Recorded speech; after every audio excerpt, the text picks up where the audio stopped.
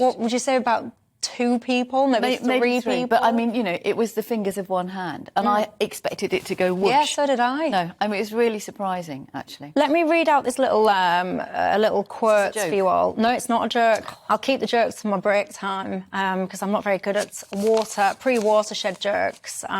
Listen to this. When a regime has been in power too long, when it's fatally exhausted the patience of the people, and when oblivion finally beckons, I'm afraid that across the world you can rely on the leaders of that regime to act solely in the interests of self-preservation and not in the interests of the electorate. Do you know who said that? I don't. Do you know who said that? No. Well, that, ladies and gentlemen, was said by Boris Johnson in 2011. Oh, in the Telegraph. Yes. Well, yeah. I have to say, I mean, we'll never know, but I don't think he got anywhere near the numbers. I think, you know, I have to ask, what do his constituents, maybe there's somebody watching from his constituency, you know, Parliament's sitting, he's been on holiday for 2 weeks, so he hasn't been bothering to even do his day job as an MP.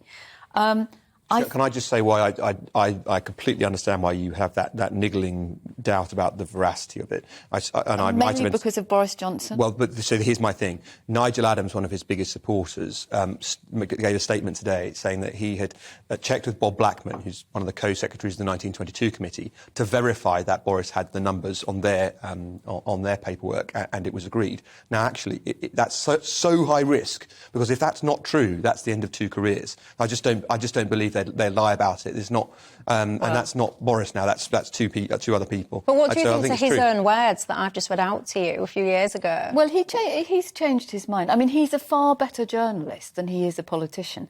He's a great campaigner. He's a great showman.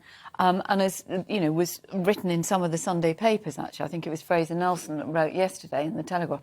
You know, he had 2 terms as London mayor. He did it well. He did. But part of the reason he did it well is because he did the showmanship stuff and he had a fantastic team around him. To mop up the details. Well, but Eddie Lister and co were grown ups around him. And this is the thing that comes back to the cabinet and why it's so crucial. You know, if you're going to have a figurehead who's going to go out and hang on a zip wire or go to Ukraine and talk to Zelensky or whatever, or go and do the rubber chicken circuit to raise funds for the Tory party, that's one thing.